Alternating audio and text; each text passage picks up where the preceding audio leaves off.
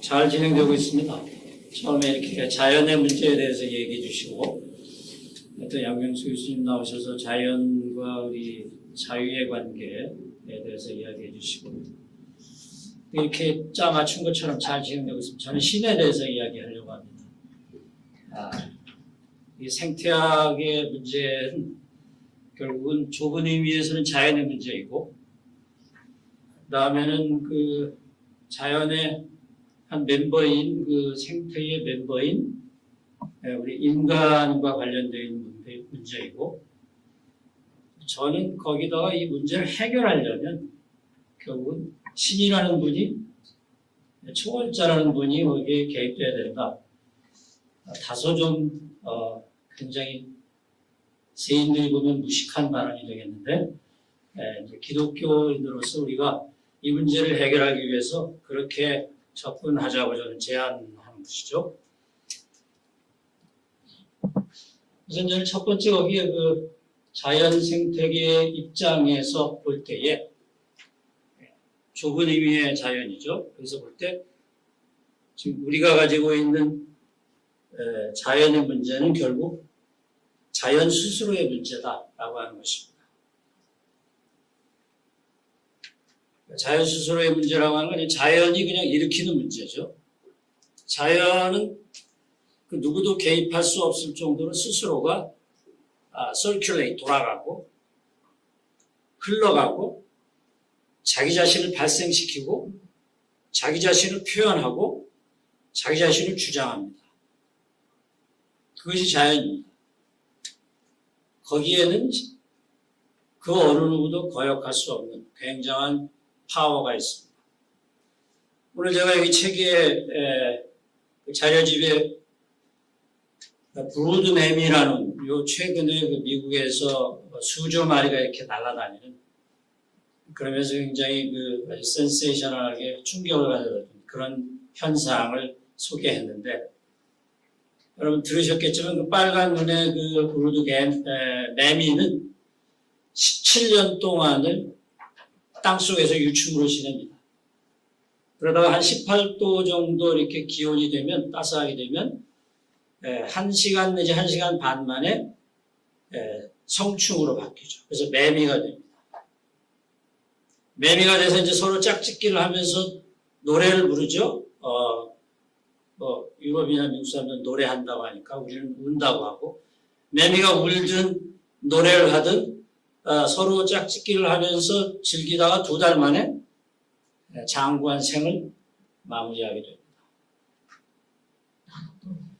그걸 보고 우리 인간은 어떤 미국에서 이렇게 매미들이 노래하는데 우리도 같이 노래해야 되겠다. 밴드 조직해가지고 우리 노래 같이 하자. 그렇게 바라보는 사람들이 있습니다. 옆에 있는 자연들은 오래간만에 먹을 거가 많이 생겼네 라고 하면서 포식자들이 나타나서 그 수많은 매미들을 먹어치울 것입니다. 자연은 그렇게 흘러가죠. 이 매미 대신에 거기다가 코로나 바이러스를 놓으면 똑같습니다.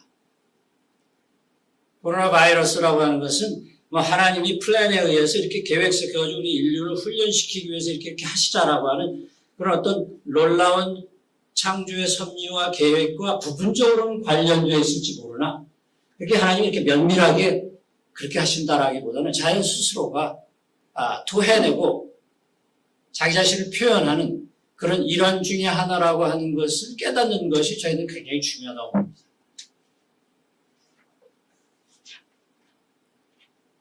왜 그러면 그렇게 보느냐라고 하는 것이 바로 생태학적인 관점이죠. 저는 생태학이라고 하는 것은 이카로지, 여러분 오이코스에서 왔습니다. 집이라는 뜻이죠. 우주라는 뜻이고 저택이라는 뜻입니다. 그 우주와 집의 저택에서 누가 살고 있느냐? 우주가 있고 그냥 우리가 생각하고 있는 모든 존재자들이 거기서 살고 있습니다. 인간도 살고 있고요. 좀 아까 얘기한 매미도 살고 있고 바이러스도 살고 있고, 그런데 그 중에 누가 살고 있느냐? 조금 더 우리가 좀 거기서 철학적으로, 종교 철학적으로 접근해 보면 인간의 자유가 살고 있고, 또 가장 중요한 자본주의라고 하는 것이 살고 있고, 아까 우리 김준영 교수님이 잘 이야기하셨던.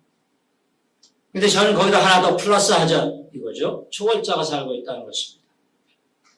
이 멤버들이 같이 살아가고 있는 이 저택이 바로 생태라고 불리는 것이죠. 그러면 여기서 지금 온갖 것들이 자기의 목소리를 바라고 있는데, 바이러스가 바라고 있고, 자본주의가 바라고 있고, 국가가 바라고 있고, 인간의 자유가 자기의 목소리를 바라고 있는데, 거기에 우리는 초월자가 자기의 목소리를 바랄 수 있도록 이렇게 만들어주자라고 하는 것이 제가 오늘 계속해서 이야기하고자 하는 그런 내용입니다.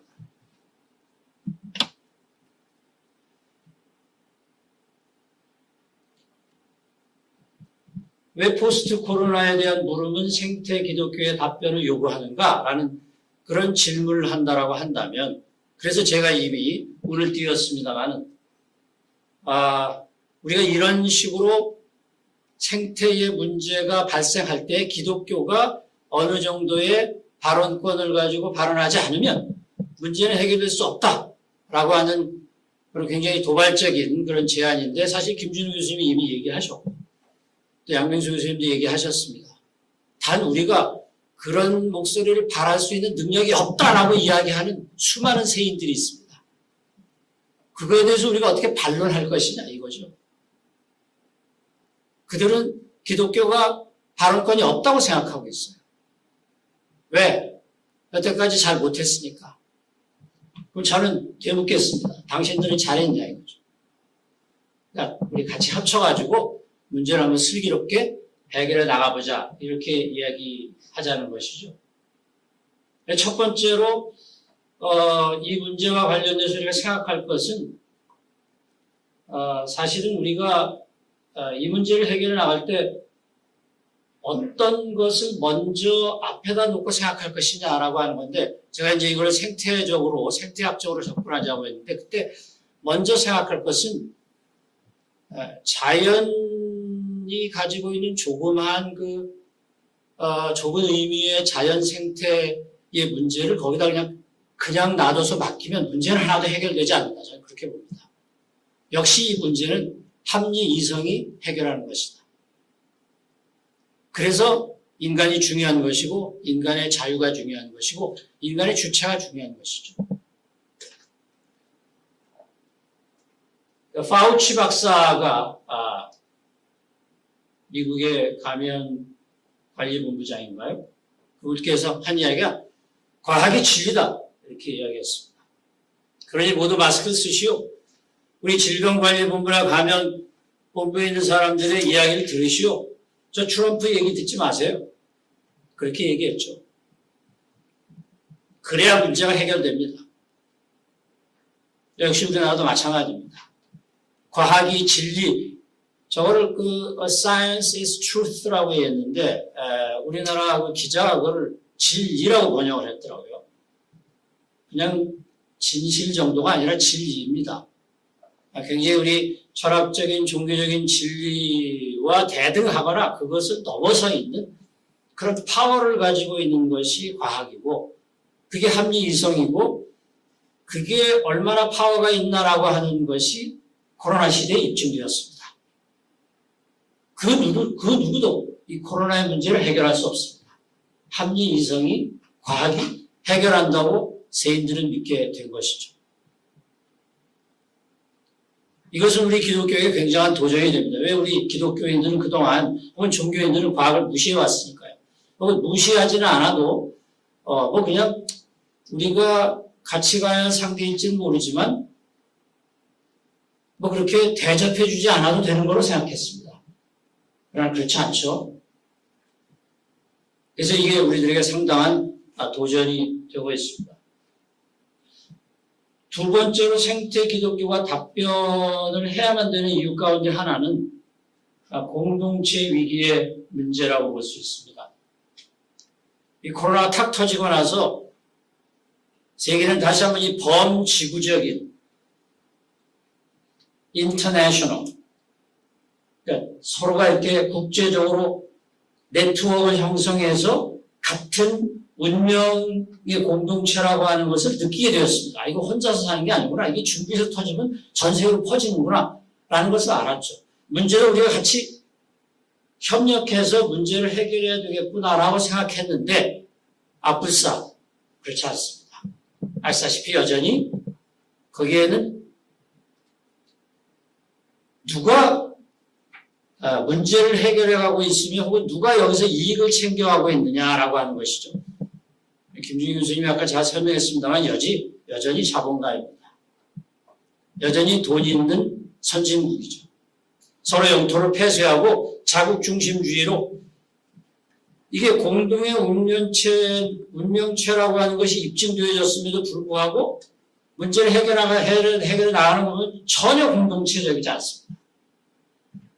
자기 멋대로 가장 권력이 있고 가장 돈이 있고 가장 자본주의를 독점한 나라들이 먼저 백신을 차지하고 문제를 해결해 나갈 수 있는 그런 방향으로 굴러가면서 더욱 자국 이기주의가 활발한 그래서 결국은 강자만이 살아남을 수 있구나라고 하는 생각을 더욱 강화시키는 결국 자본주의가 최고구나라고 하는 것을 다시 동의하게 만드는 그것이 오늘의 상황이라고 볼 수 있습니다. 이 세 번째는 제가 다시 한번 강조하고 싶어서 다시 뒤로 올렸습니다. 또 하나 문제는 상대주의 내지는 다원주의 문제입니다. 저는 사실 지금 이 문제를 이야기하면서 의견 중에 여러분들이 이미 드러났습니다만은 생태주의의 문제를 해결하는 데 있어서 진짜 중요한 것이 우리가 지금 기독교의 목소리라고 얘기하고 있지만 저는 그거를 탈근대주의적인 기독교를 지금 말하고 있는 것이죠. 왜냐하면 우리가 코로나의 문제라고 하는 것은 그냥 자연의 문제이고 코로나 문제인 게 아니라 사실 우리가 지금 탈근대주의를 살아가고 있는 이 탈근대주의가 가지고 있는 모순, 그 모순이 같이 끼어들면서 증폭되어진 문제이거든요. 그게 이제 자본주의의 문제이고 국가의 문제이고 주체 해체의 문제이고 이성의 상대화의 문제이고 뭐 이런 것들입니다. 그래서 그것과 같이 문제를 인식하지 않으면 문제는 해결되지 않는다라고 하는 것이고 그런 점에서 또 상대주의를 제가 거기다 하나 추가했는데 최고의 탈근대주의 이념입니다. 상대주의. 다원주의라고도 얘기하겠습니다. 결국 이 세상에 있는 모든 것들은 각자 도생으로 자기가 가지고 있는 목소리를 바라면서 이 세상에 그냥 하나의 종교가 존재하는 것도 아니고 하나의 학문이 존재하는 것도 아니고 하나의 나라가 존재하는 것도 아니고 하나의 문화가 존재하는 것도 아니고 수많은 것들이 같이 존재한다. 이게 생태학을 다시 벌리면 다원주의, 상대주의라고 이야기할 수 있겠습니다. 왜? 문제라고 하는 것은 결코 자연이 문제를 해결하는 것도 아니고 그 멤버 중에 하나인 인간이 문제를 해결하는 것도 아니고 저는 거기다가 하나님만이 문제를 해결하는 것은 아니지만 하나님이 개입돼야 초월자가 개입돼야 문제가 해결된다 하는 식으로 그렇게 이야기하자는 다원주의이지 뭐 다른 의미 여러분들이 생각하는 무슨 그런 다원주의가 아닙니다. 상대주의도 역시 마찬가지죠. 어떤 자연이 절대적인 권력을 가지고 있다. 자본주의가 절대적인 권력을 가지고 있다. 인간의 자유가 절대적인 파워를 가지고 있다. 저는 그런 건 믿지 않습니다. 다원주의 시대니까요. 우리 모두가 다 같이 협력해서 다원적으로 문제를 해결해 나가야 된다라고 하는 것이고 역시 저는 거기다 초월자를 하나 넣자라고 하는 것입니다. 그런데 재미있는 것은 이 중에서도 누가 과연 가장 파워풀하냐. 이런 다원주의 세상에서 거기에 예외가 되고 있는 게 누구냐라고 하는 것이죠. 자본주의입니다. 우리는 이 문제를 가장 직시해야 됩니다. All powerful God이 있었는데 All powerful God은 세상 사람들에게 그렇게 인기가 없습니다. 우리 기독교인들에게는 여전히 우리가 예배의 대상인지 모르지만 All powerful capitalism 그것이 맞서 있고 그것이 모든 문제의 사실은 근원이면서 뭐 해결책이라고 합니다만은 두고 봐야죠.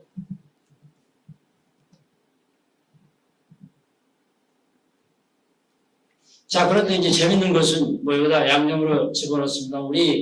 제가 지금 이 생태 기독교로 뭘 해보겠다라고 하는데 생태 기독교가 과연 그럴 능력이 있느냐라고 하는 의구심들이 많은데 실제로 통계가 나와 있습니다. 그럴 능력이 없다라고 하는 거죠. 세인들은 그렇게 말합니다. 첫째, 종교 인구가 팍팍 줄고 있는데 너희들이 뭘 할 거냐 이거죠. 종교 인구는 줄고 있습니다. 선진국에서 특별히 그러하죠. 유럽에서 그러합니다. 미국에서 그러합니다. 아까 복음주의자의 통계를 말씀하셨는데 많은 분들은 그렇게 얘기하죠. 우리도 복음주의는 오순절, 펜타코스탈 이런 거는 성장하지 않느냐. 그렇지 않습니다. 여러분들이 팩트를 보시면 알지만 미국의 3대 종파가 복음주의가 있고 그다음에 무종교도 있죠. 그리고 그냥 기성 리버럴한 것인데 다 줄고 있습니다. 무종교만 늘어나고 있죠. 그렇지 않은 데가 딱 한 군데 있는데 아프리카입니다. 거기는 인구가 증가하면서 여전히 아프리카에서는 그래도 종교 인구가 증가하고 있습니다. 이때 종교는 반드시 기독교를 의미하지는 않습니다. 이슬람도 있고 캐톨릭도 있으니까요. 라틴 아메리카에서 한때 오순절 운동을 통해서 복음주의가 굉장히 성황했습니다만 거기 인구가 증가하는 데는 좀 그렇지만 인구가 주는 나라는 노령 인구가 늘어나고 출산율은 줄어들면서 종교 인구는 줄어들고 있다라고 하는 것이 일종의 팩트입니다.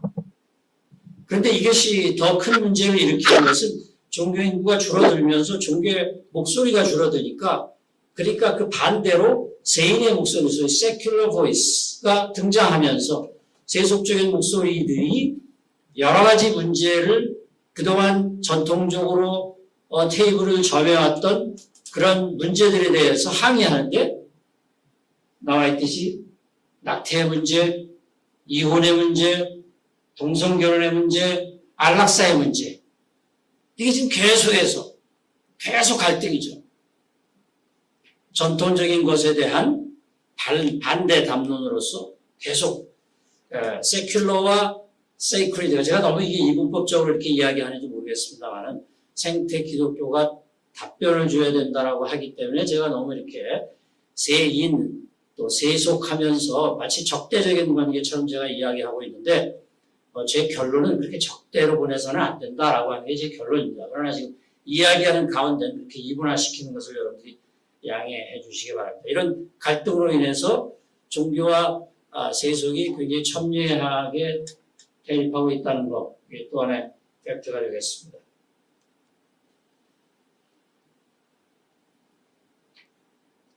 이 중에서 우리들이 먼저 생각해야 될 것은 개인의 자유 문제와 코로나 팬데믹의 상관관계가 무엇인가라고 하는 것이죠.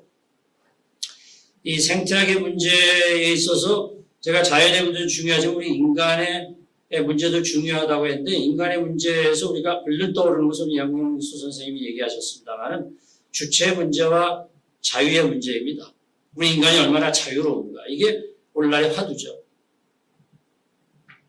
사실 이 인간의 자유 문제가 자본주의를 신자유주의적인 자본주의로 만든 것이고 그리고 이 기독교에는 인간의 자유라고 하는 것을 방해하는 그런 모든 기독교의 요소를 우리가 타파하겠다라고 하는 세인들의 주장이 있는 것입니다. 예를 들면 억압적인 하나님, 위계 질서적인 기독교의 구조, 인간의 자유를 억압하니까요. 그러니까 역시 생태학의 한 멤버인 인간의 주체성을 억압하지 말아라라고 하는 것이죠. 이거로 인해서 이번에 생겨난 문제는 여러분 아시다시피 예배와 집회의 자유 문제였었습니다. 사실 우리 기독교는 자유에 관한 한 우리 인간의 자유를 어디까지 인정할 것인가에 관한 한 애매모호한 입장입니다. 애매모호하다는 이중적인 입장입니다. 기독교처럼 인간의 자유를 가장 먼저 우리 토론의 테이블에 올려놓고 제대로 자유를 인정해준 그런 어떤 집단 공동체는 사실 없었습니다. 거의 최초죠. 물론 플라톤, 아리스토텔레스가 있었습니다만은 기독교가 등장하면서 더욱 그렇게 됐습니다. 하나님 앞에서 모든 만인은 평등하다. 네가 비록 어부라고 할지라도, 세리라고 할지라도, 노예라고 할지라도 너는 자유하다. 기독교가 이야기한 것이죠. 플라톤은 그렇게 얘기 안 했습니다. 그럼으로써 우리 인간이 가지고 있는 자유를 진짜 본래적인 자유로 이렇게 보호하는 그런 역할을 했는데, 그러나 동시에 기독교는 자유에 대해서 태클을 거는 그런 발언도 우리들이 스스로 합니다. 왜냐하면 우리 인간이 자유롭지 않다는 것을 너무나 잘 아니까요. 오호라 나는 공고한 자로다. 우리는 동물이니까요. 자유롭지 않습니다. 그런 면에서. 원죄가 있으니까요. 자유롭지 않습니다. 그런 차원을 동시에 강조한 것이죠. 예배의 자유의 문제, 집회의 자유의 문제에 대해서 많이 이야기할 때 여기서 충돌이 일어나는 것은 우리 인간의 자유에 대해서, 그중에서 종교적인 자유에 대해서 이야기할 때 국가가 당장 등장한다는 것이죠. 국가라고 하는 생태학의 한 멤버가 너희 그러면 안 돼. 다양한 사람들이 있는데 예배 볼 자유만 있니? 세인 중에서 어떤 철학자가 그렇게 얘기하더라고요. 예배 볼 자유가 있어서 마스크를 벗겠다. 예배 보겠다. 광화문 광장에 모이겠다. 오케이. 좋다 이거지. 그렇게 마음대로 해라. 우리 그러면 비종교의 자유를 한번 헌법에 한번 올려볼까? 우리 여태까지 가만히 있었는데 오늘 철학자가 그렇게 이야기하더라고요. 무서운 얘기입니다. 헌법에 종교의 자유가 보장되어 있기 때문에 우리들이 마음대로 모일 수 있고 마스크 벗을 수 있다, 예배 볼 수 있다 라고 주장할 수 있습니다. 그러나 생태의 다른 멤버가 또 가만히 안 있겠다는 얘기죠. 이게 쉽지 않은 겁니다. 저는 지금 이야기하는 가운데 탈근대주의의 가치가 어떻게 기독교와 혹은 신학과 충돌하게 되었는지를 차례차례로 설명해 드렸습니다. 근데 저는 이 모든 것들 이제 시간이 이제 뭐 몇 분 남았네요. 한번 말씀해 보시죠. 5분이요? 벌써 5분밖에 안 남았네요. 예. 잘 됐습니다. 그래서 이제 제가 이야기하고 싶은 이런 여러 가지 멤버들의 생태 멤버들의 이 좌우 충돌, 이합 집산, 이 일어나고 있는 현장 가운데에서 사실 우리가 어떻게 문제를 그럼 봐야 될 것이냐. 기독교인으로서죠.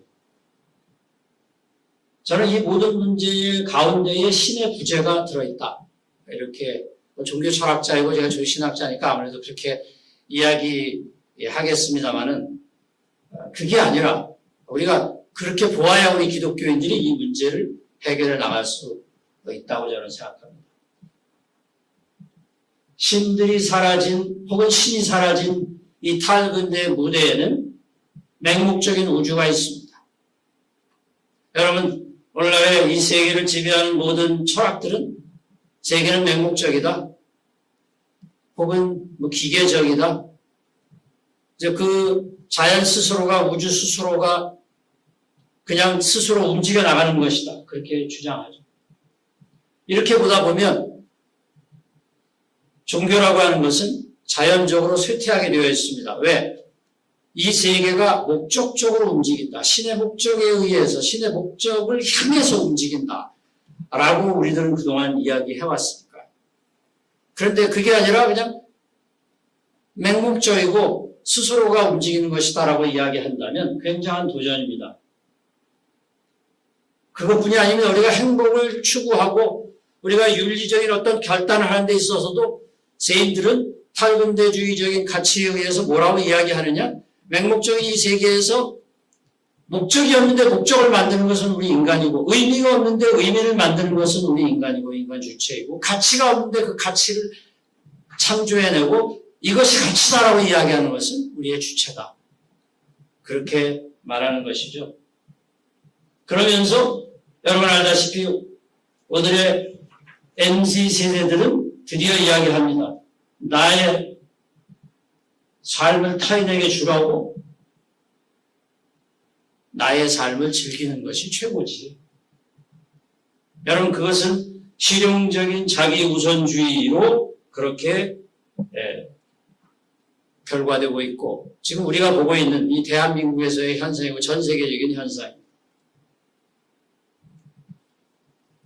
저는 이 문제가 이런 식의 문제를 그냥 놔뒀다가 문제는 하나도 해결되지 않는다. 여전히 생태 문제는 지속될 것이고 자본주의 독점의 문제도 지속될 것이고 우리 인간의 삶이 계속해서 피폐해질 것이다 라고 하면서 그 문제를 우리가 어떻게 해결할 것이냐. 먼저 탈근대주의는 스스로의 문제를 해결할 능력이 없다. 이렇게 우리는 주장해야 된다는 거죠. 어떻게? 그들은 법칙이 선을 만드는 것이지 뭐 선이 먼저 있어서 신이 먼저 있어서 이게 아니죠. 이제 우리가 합의해가지고 법칙 만들어 놓고 실용적으로 이게 나에게 가치가 되고 나에게 어떤 유익을 가져주면 그걸 따라서 법을 만들죠. 그래서 그걸 따라 살아가자라고 하는 매뉴얼, 이게 법입니다. 개체자의 위주의 사유를 하다 보니까 공동체 위주의 사유는 당하게 됩니다. 사실 공동체 위주의 사유를 하자고 말들은 다 그렇게 합니다. 자본주의도 그렇게 얘기하고 국가도 이야기하고 다 그렇게 얘기합니다. 그러나 뒤에서는 그렇게 안 하죠. 자기 이익 챙기는 것이 최고입니다. 왜 그렇죠? 그렇게 할 기제가 없기 때문에 아까 김준우 선생님이 잘 말씀하셨습니다. 그렇게 세상이 굴러가지 않기 때문에 그렇게 얘기를 다 해놓고 결국은 가장 힘 있는 자들이 나눠가지고 가장 힘 있는 자들이 결국은 이 세상을 움직이도록 그렇게 되어 있는 것이 우리들의 체제이기 때문에 그래서 그들은 말합니다. 칸트를 따라서 너의 의지의 경륜이 네가 가지고 있는 규칙이 네가 뭐 하려고 하는 너의 법이 너 개인적인 법이 공동의 법에 보편타당한 입법에 적합하도록 행동하라. 말은 그렇게 하죠. 그래놓고 자기는 그렇게 안 합니다. 그러니까 등장하는 것이 공산주의가 다시 등장합니다. 이 공산주의 여러분들이 옛날에 생각하는 이런 공산주의 아니죠. 지금 공산주의는 굉장히 멋있습니다.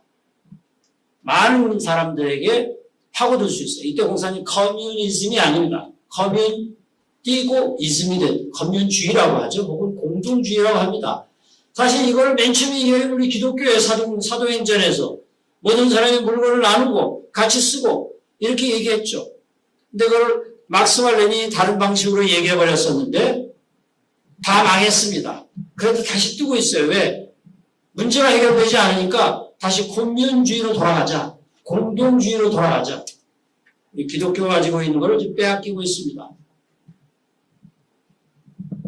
저는 이제 신학의 과제를 뭐라고 보느냐면 그대로 읽겠습니다. 기독교는 스스로를 새롭게 이해하고 혁신에 나가기 위해서 무엇보다도 예속 주체화에서 벗어날 동력을 얻는 캠페인을 벌여야 된다. 나아가 탈근대주의가 보인 문제점에 대한 대안을 제공하는 것이 곁들여져야 한다. 특히 자본주의의 전횡과 관련해 현재의 권력 장치들이 저지르는 잘못을 겹겹이 가리고 있는 장치가 뭔지 종교인의 이름으로 파헤치는 것이 중요하다.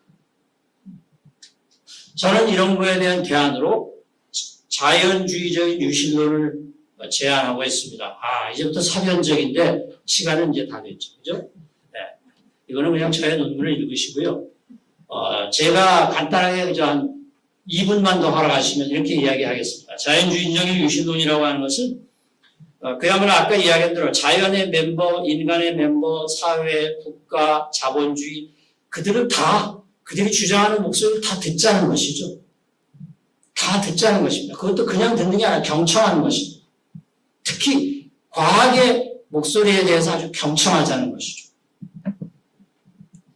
그래서 자연주의입니다. 특히 오늘날 가장 뜨고 있는 것은 어떻게 보면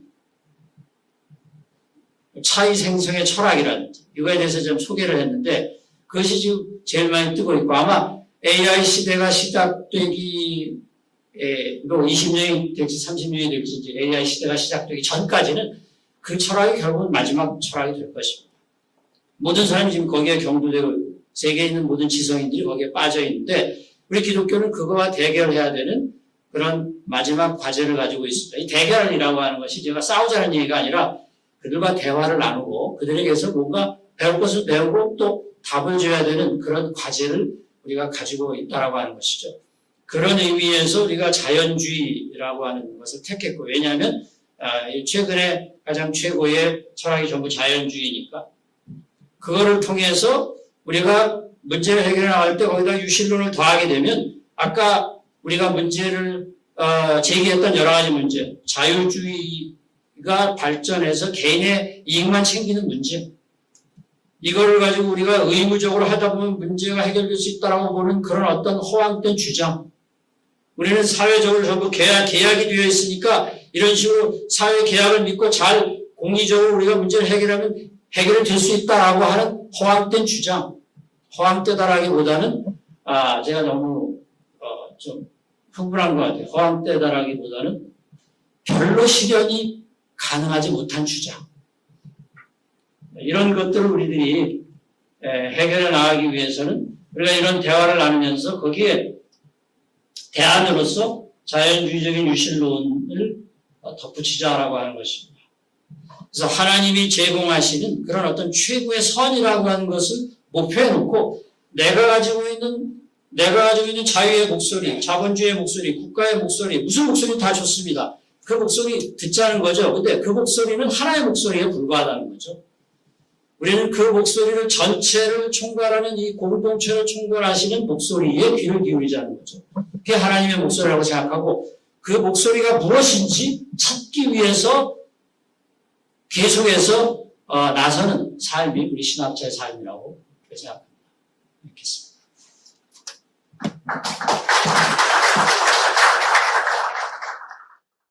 세 번째 질문 드리겠습니다. 감신대 박사원 염은석입니다. 귀한 강의 잘 들었습니다. 발제에서 말씀하신 기독교 혐오주의를 극복하기 위해서는 그들만의 인식으로 전철된 초월자, 즉 정치적 신앙에만 국한된 잘못된 초월자를 제거하거나 재정립하는 작업이 필요하다고 봅니다.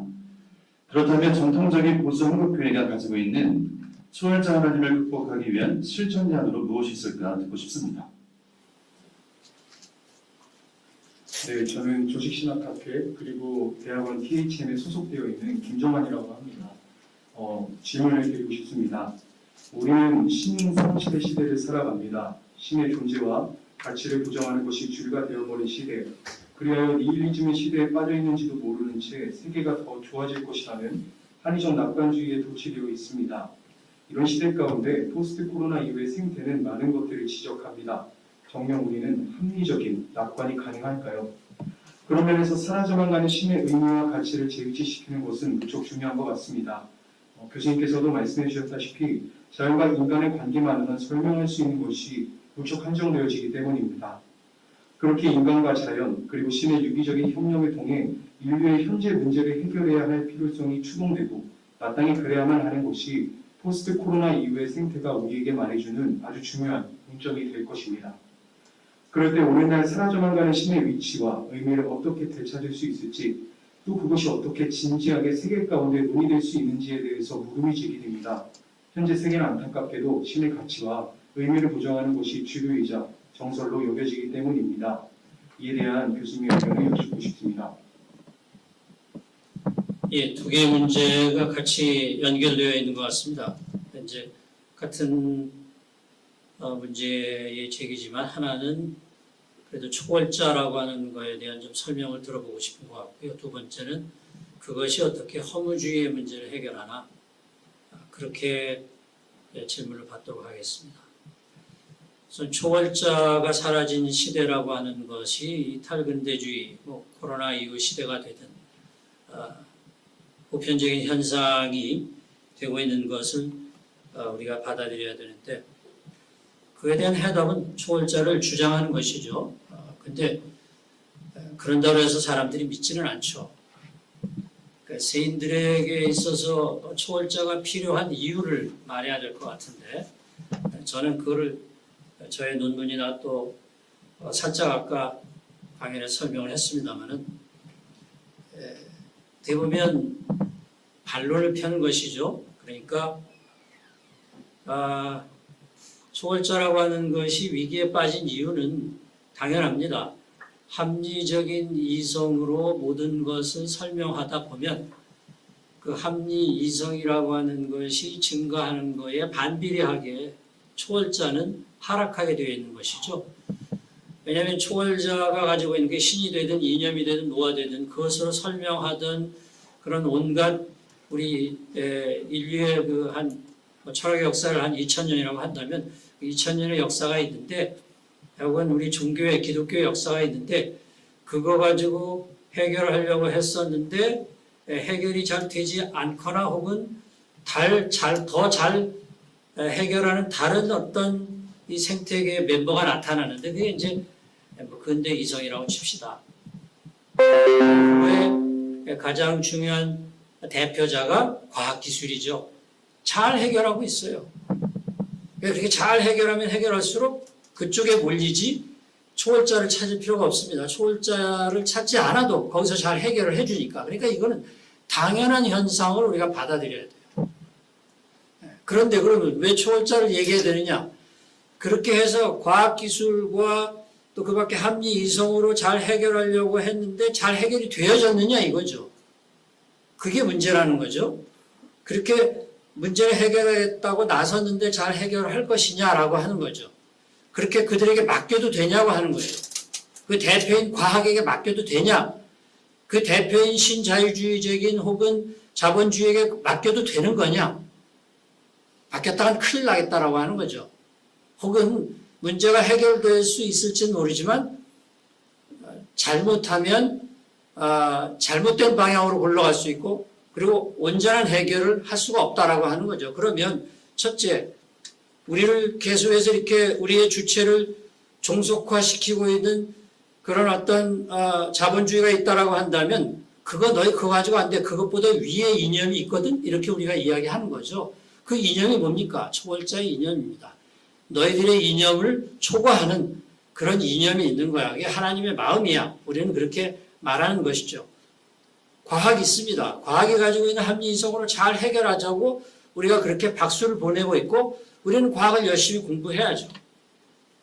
그들과 대화를 나누고 특히 우리 신학도들은 과학 공부를 안 하는데 이건 정말 큰일입니다. 교회 멤버를 지금 자꾸 빼앗기고 있어요. 그 이유가 과학 공부를 안 하는 데 있습니다. 과학을 멀리 하는 데 있어요. 왜냐하면 세상 사람들 전부 과학으로 살아가는데 거기에서 좀 해답을 얻고 있는데 우리는 거기서 해답을 얻지 말자고 자꾸 얘기하면 그럼 그쪽에 있는 사람들이 들어올 생각을 안 하죠. 그러니까 우리가 과학에 대해서 열심히 공부를 하자는 것인데 그런데 과학으로 이 과학 기술이 가지고 있는 문제의 해결 능력이 정말 있냐라고 하는 거죠.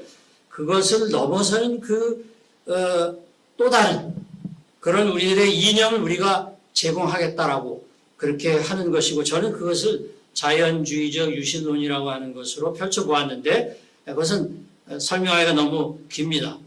그걸 가지고 제가 그럼 간단하게 그냥 예속 주체와의 문제 이런 걸 어떻게 해결하는지라고 한다면 그걸 이제 허무주의에 또 관련시켜서 허무주의 질문을 하셨으니까 과학기술이 발달하든 그래서 과학자가 되든 혹은 자본주의 이념가가 되든 그 모든 사람들이 가지고 있는 것은 결국 우리가 가지고 있는 자유로운 이성과 자유로운 그 주체가 결정하는 그런 어떤 결단력을 가지고 모든 것을 해결해 보겠다라고 하는 것이죠.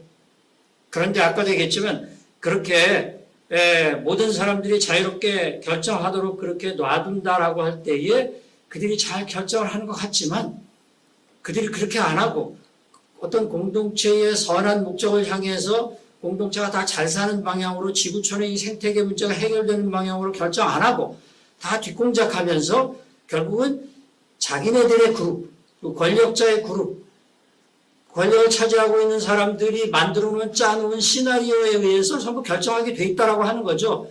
우리들은 그거를 알면서도 혹은 모르기 때문에 그냥 이 세계의 문제를 해결하지 못하고 착취의 구조, 소수자의 문제, 억압의 문제 계속 이런 문제가 발생하고 있습니다. 그러니까 이 문제를 해결하려면 결국 우리가 거기에 앞서서 너희들이 혼자서 이렇게 결정을 해서 나아간다라고 하지만 그 계약의 문제, 약속의 문제, 합의하는 문제가 하나도 이루어지지 않으니 그것을 극복할 수 있도록 우리가 한번 제시해 보겠다라고 하는 것이 저는 자연주의적인 유신론입니다. 말하자면 모두도 지금 허무주의에 빠져 있거든요. 조금 아까 초월자를 어떻게 세울 것이냐, 우리 기독교인들도 허무주의에 빠져 있지 않느냐라고 하는 것인데 기독교인들이 허무주의에 빠져 있지 않습니다. 하나님을 믿는 신앙을 가지고 있는 사람들은 허무주의에 빠져 있지 않지만 허무하게 느끼는 것은 저 과학이 너무 센데 우리 신앙에 이게 위협을 받는다라고 이렇게 생각하니까 허무하게 느껴지는 건데 그럴 필요는 없죠. 과학이 전부 다 문제를 해결한다고 그렇게 보지 않으니까요. 그들과 대화를 나누면서 우리가 그들이 못하는 것을 도와주도록 이렇게 하는 것이 허무주의의 문제를 저는 해결한다고 보고 하나님께서 모든 것을 하시겠다라고 하지만 또 옆에서 모든 것을 잘 하겠다라고 하는 그 과학적인 이성과 자본주의의 이야기도 들어주면서 그러나 그들이 못하는 것을 꾸짖으면서 잘못하는 것을 꾸짖으면서 그렇게 나아가기 위해서 우리가 초월자가 가지고 있는 목소리를 들어라라고 외치는 이것이 우리들의 할 일이 아닌가 그렇게 말씀을 드려보겠습니다.